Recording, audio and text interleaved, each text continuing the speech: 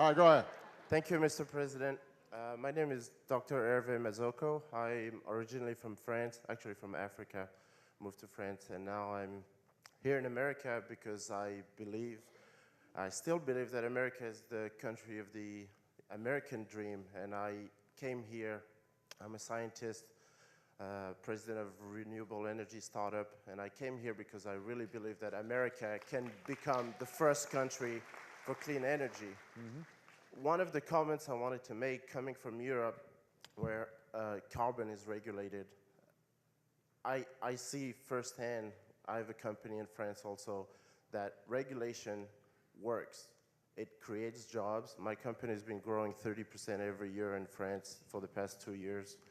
And I really want to see that happen here. And I think that even if you don't believe in climate change, there's like byproducts that are awesome. Jobs.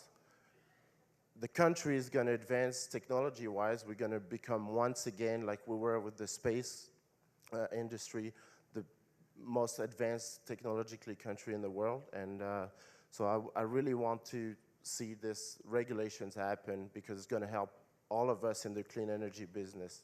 Okay. Well, let me just talk about this is, you know, when the conservatives, you know, have their conventions and they yell at me and say how terrible I am. Along with healthcare, this is the other thing that they usually point out, which is that, you know, the president wants to create this cap and trade system, and it's going to be a job killer, and it's one more step in the government takeover of the American economy.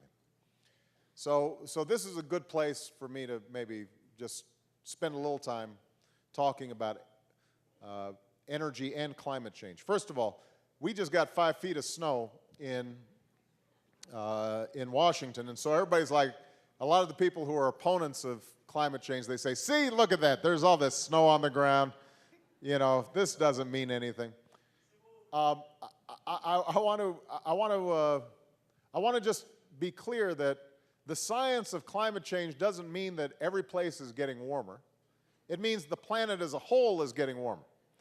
But what it may mean is, for example, Vancouver, which is supposed to be getting snow during the Olympics, suddenly is at 55 degrees, and Dallas suddenly is getting 7 inches of snow.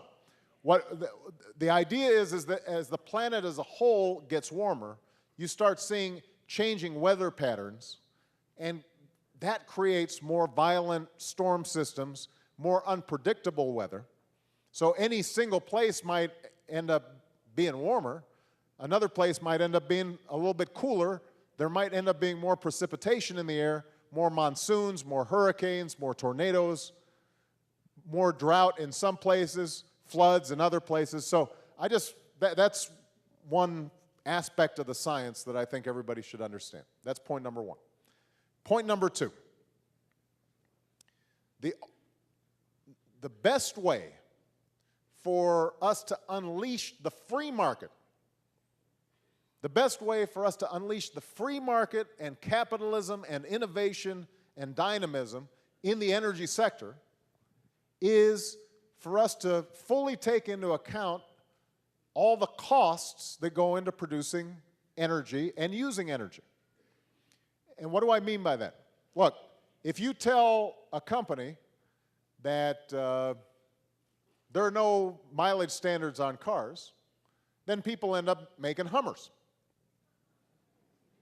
right? And everybody drives Hummers until finally gas gets so crazy, and at a certain point people start saying, maybe I should get a more fuel-efficient car.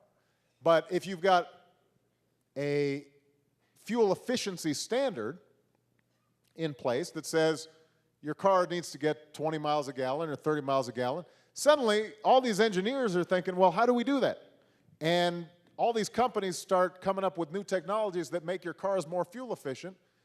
Ultimately, you end up seeing jobs and businesses thriving in response to the regulation that's been put there. Now, that's one way to regulate, is just to tell people you got to produce more energy efficient cars. Another way of doing it is just to send a price signal. You say it's going to be more expensive for you if you've got a less fuel-efficient car. Well, that's the only idea that we're trying to talk about when it comes to these greenhouse gases that are causing global warming.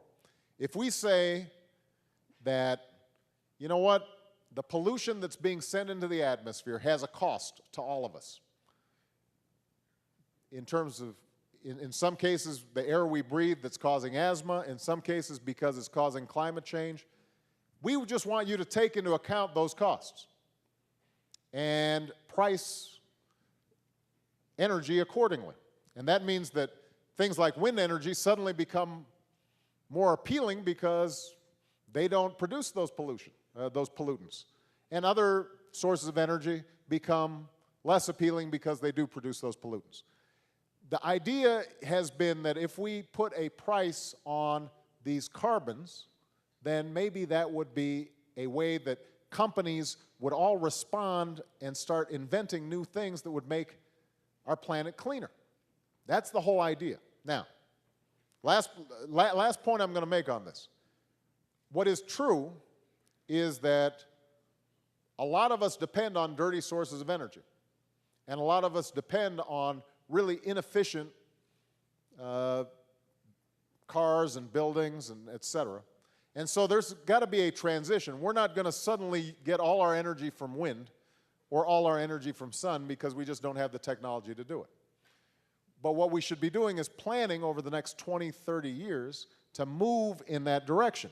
That's what countries like China are doing. That's what countries like France are doing. That's what countries all across Europe are doing and all across Asia are doing. We don't want to be left behind. We're the only ones who have kind of missed the boat. So we're still using 20th century technologies, and everybody else is producing 21st century technologies. Look what happened with the car. We started getting our clock cleaned when consumers decided they wanted a cleaner car, and suddenly everybody was buying their cars from Japan or now South Korea. And we wanted to make sure that that doesn't happen when it comes to wind turbines. It doesn't happen when it comes to solar energy, et cetera. So the ideas that are being talked about is how do we provide more incentive for clean energy companies like yours to operate profitably? And over time, how do we start shifting away from less efficient ways of using energy? That's a pretty straightforward thing to do. There's nothing radical about it. It is true, though, that it's not going to happen overnight. It's going to take some time. And we're still going to be getting our electricity from coal. We're still going to be getting electricity from nuclear energy. We're still going to be getting electricity and power from natural gas and other traditional sources. We just want to make sure that we're also moving into the future even as we do so. And I think that we can. All right?